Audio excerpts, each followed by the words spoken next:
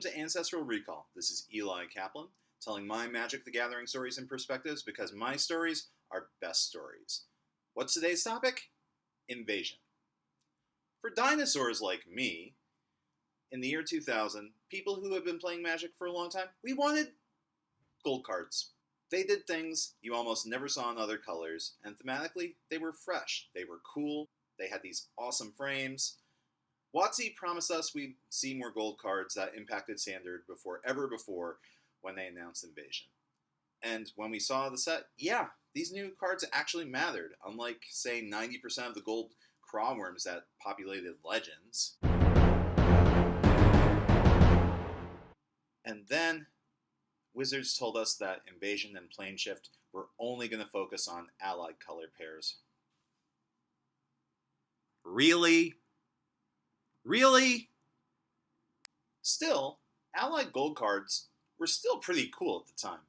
Players liked them in Ice Age, in Mirage Block, and in Tempest Block. Invasion was a smash hit for Wizards, easily outselling the two blocks before, the utterly broken Saga block, and what was widely considered at the time to be a major letdown, Masks block. Invasion was good business for WotC. The audience was starving for gold cards. Who are the biggest impact players that Invasion left us? Well, let's see. How about Elder Frickin' Dragons? Man, these guys rocked, yo! I mean, they reprinted the Bizarro Wedge Dragons in Commander 2011, who are based off these guys. 6/6 dragons for 6 mana that scare the living crap out of people because every time you hit your opponent, ooh, dirty things happen. Dirty, dirty things. Not only did they deal 6 damage, but they would do something like persecute you, or make a crap ton of Saprolings, or you could wipe out, which bounced every permanent on the table of the named color. Although, I have to say, Dromar, yeah, he kept picking on himself. I don't understand it. He has a bad self-preservation instinct. But oh, there's so much more to this set than the 6 drops. The most important uncommon in the set, Fires of Yavimaya. This enchantment, the best haste enabler ever. Except for maybe Anger.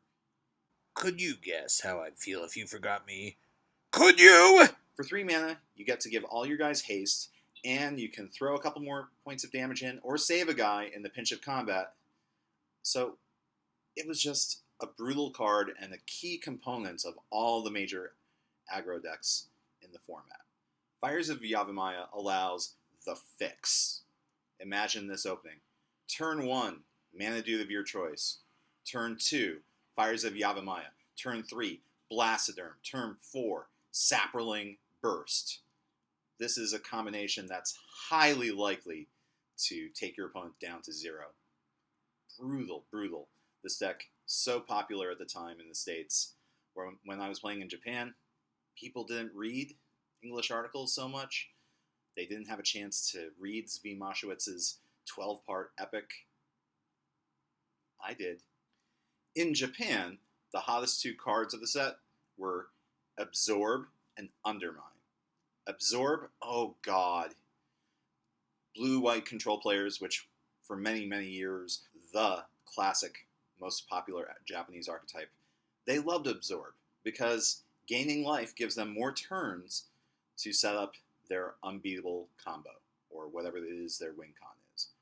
Undermine, not as popular, but it was just a brutal, nasty counterspell, and I really wish that we had had it in either Ravnica or Return to Ravnica.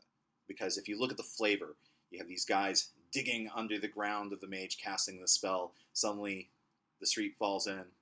The guy falls down, breaking his concentration and a couple of his bones. You know, why didn't we have this card recently? I understand Wizards doesn't want to make many really good hard counters. But Invasion also gave us the answer to the control deck's Urza's Rage. On its own, just a boring, uncounterable lightning bolt for 3 mana. Not worth it. But when games went long, as they definitely did at the time, you were able to deal 10 uncounterable damage to your opponent. Uncounterability So huge in a format with free counter spells and 2 mana counter spells. So uncounterability was really, really relevant. And it also had Kicker, which is the signature mechanic of Invasion. Oh, Invasion had the most storied draw spell of all time, fact or fiction. Sophie's Choice in a card. And for 4 mana, is there a better draw spell out there? I don't think so. Ask your old timers in your local store if they have a fact or fiction story. I have a great one, and I'm saving that for another day. Invasion Limited, a pretty weird affair. Lots and lots of people ran 5-color decks, taking as many bombs as they could get their hands on, and just praying for fixers. Harrow was a card that got first picked a ton. Look at Nomadic Elf. Really popular pack 1, pick 1 card. The problem with Invasion, before they add Plane Shift and Apocalypse, although those two sets don't really change so much of the formula, is that the fixing outside of green sucks. The lands just weren't that good at the time.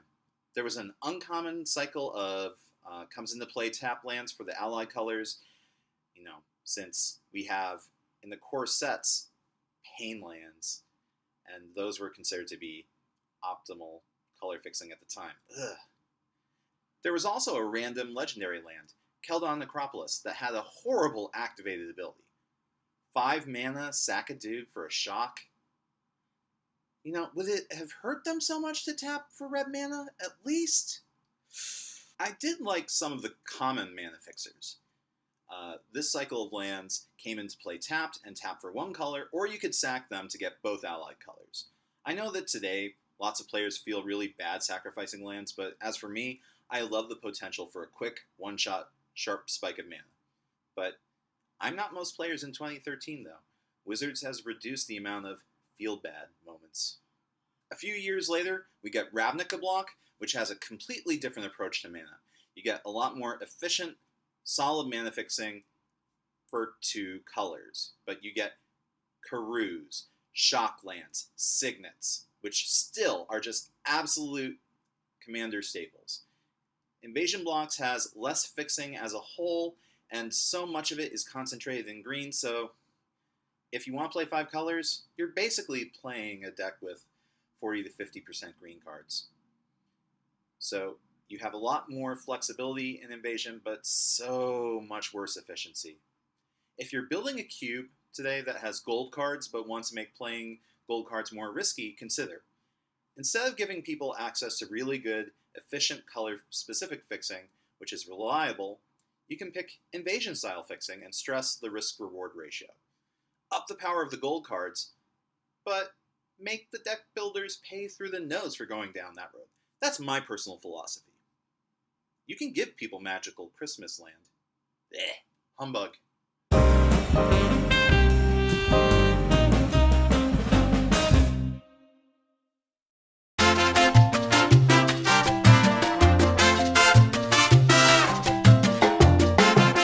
Sterling Grove. This is an enchantment tutor that also protects your enchantments. So sick. Recoil. If you like bounce spells and also enjoy ticking people off, this is your jam, you troll. Kavu Titan. I just love this guy. I think it's the perfect bear. It's elegantly costed, it's fair, it gives you options in the late game. I think it's honestly the most feel-good bear in Magic that isn't just broken. Definitely put this in your cubes, unless you're playing a really powered format. Some people just want to watch the world burn. And also they won't take the answer no. These people, and Heath Ledger, play Obliterate. Yawgmoth's Day Planner. Agenda. Yes, it was translated Yawgmoth's Day Planner in Chinese. So you get to hit yourself with rule of law. Boo. But you get to replay everything that was in your yard at the time. Yay. I say, it's better than you think. Chabo's Decree. Oh yeah. Did you hate rebels? This was your card. Did you hate goblins? This is also your card. The pure eradication of Chabo's Decree makes it the best creature type hoser in Magic. although it does cost 6. So, hey opponent, not only do all your rebels die, you lose all the rebels in your hand as well. So, if you're annoyed with your friend's tribal EDH decks, this is a superlative tool. Reckless Spite, 3 mana and 5 life to kill 2 non-black guys, may make you the hero of a commander table, or a heal. I like this card in Commander. If you have a problem with 1 toughness creatures in EDH and you're playing black, I recommend Plague Spitter. This uncommon is cheap, 3 mana, keeps little guys off the table unless they have a Glorious Anthem type effect, and back in the day in Standard, I would run this guy out with Dark Ritual on turn 1. Fires decks with all their 1 mana guys, they drop dead. I hate propaganda decks, but if you like playing 5-color control, you probably should be playing Collective Restraint. It can be 2.5 propagandas for the price of 1. Route.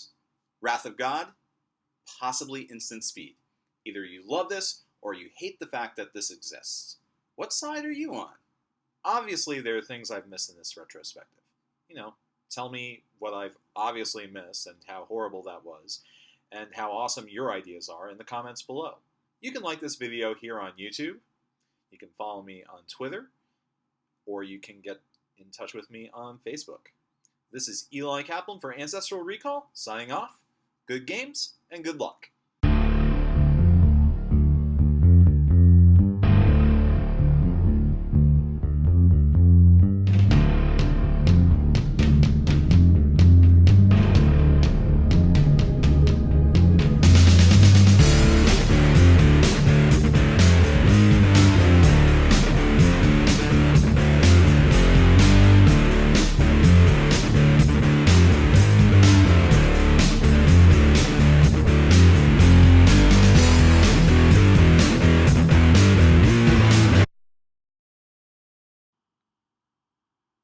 In the year 2000.